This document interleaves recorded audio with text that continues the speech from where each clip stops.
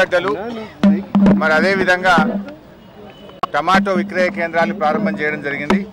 మనందరికీ కూడా తెలుసు, నార్మల్గా ఈ మే నెల నుంచి అక్టోబర్ మాసం మధ్యలో కూరగాయల ధరలు విపరీతంగా పెరిగి మరి వినియోగదారులు చాలా ఇబ్బంది పడుతూ ఉంటారు.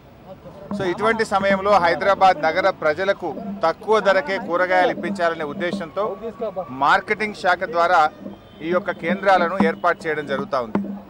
ప్రాథమికంగా ఈరోజు హైదరాబాద్లో 13 చోట్ల ఈ ఉల్లిగడ్డ మరియు టమాటో అమ్మకం కేంద్రాలను ఈరోజు ప్రారంభించడం జరుగుతూ ఉంది.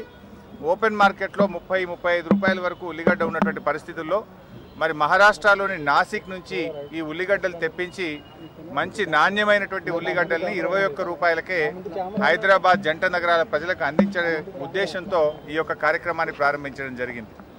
టమాటోలు కూడా ధర మరి బయట 30-35 రూపాయలు ఉన్నటువంటి ఈ పరిస్థితుల్లో మరి మన బోయిన్పల్లి మార్కెట్ యార్డ్లో హోల్సేల్కే తీసుకొచ్చి హోల్సేల్కు కొనుగోలు చేసి హైదరాబాద్లో ఉండేటువంటి రైతు బజార్లలో హోల్సేల్ ధరకే రిటైలర్స్కు కూడా, అంటే ఎవరైతే వినియోగదారులు ఉన్నారో వారికి 24 రూపాయలకి టమాటోలు అందించేటువంటి కార్యక్రమాన్ని కూడా ఈరోజు ప్రారంభం చేయడం జరిగింది.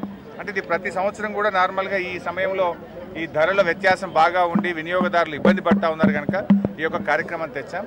అయితే ఈరోజు ఉల్లిగడ్డ కేంద్రాలు 13 చోట్ల ప్రారంభం చేస్తూ ఉన్నాం. ఇంకో 3-4 రోజుల్లోగా కనీసం ఒక 40-50 కేంద్రాలను హైదరాబాద్లో ఏర్పాటు చేయాలని చెప్పి నిర్ణయించాం. ప్రభుత్వ కార్యాలయాల ముందు, అపార్ట్మెంట్ల ముందు, కాలనీల దగ్గర కూడా ఈ యొక్క కేంద్రాలను ఏర్పాటు చేసి నగర ప్రజలందరికీ కూడా దీన్ని అందుబాటులో తీసుకొచ్చి ధరలు నియంత్రించేటువంటి ఒక ప్రయత్నంలో భాగంగా ఈ కార్యక్రమాన్ని చేపట్టడం జరిగింది. అదేవిధంగా ఈ యొక్క మెహదీపట్నం రైతు బజార్ను కూడా జిహెచ్ఎంసీ యొక్క సహకారంతో సంయుక్తంగా మోడర్నైజ్ చేయబోతా ఉన్నాం. హైదరాబాద్లో ఉండే అన్ని రైతు బజార్లను కూడా ఆధునీకరించి పార్కింగ్ సౌకర్యాలు, మరింత ఎక్కువ మంది రైతులు వచ్చి అమ్ముకోవడానికి, కొనుగోలుదారులకు కూడా పూర్తి సహాయాన్ని అందించే విధంగా అవసరమైన సౌకర్యాలను కల్పించే విధంగా ఏర్పాట్లు చేయబోతా ఉన్నాం. దొరికిన దొంగలకు సమస్య తప్ప ప్రజలకు ఎవరికి ఇబ్బందులు లేవు. ఇప్పుడు గడిచిన సంవత్సరం అయింది తెలంగాణ ప్రభుత్వం వచ్చి, ఎక్కడనన్నా ఇబ్బందులు జరుగుతా మాట్లాడాలి కానీ మీరు దొంగతనంగా రెడ్ హ్యాండెడ్గా దొరికి అది లేదు ఇది లేదు ఇవన్నీ పనికిరాని వ్యవహారాలు చూసారు. రాజ్యాంగం మీద ప్రమాణం చేశారు కదా.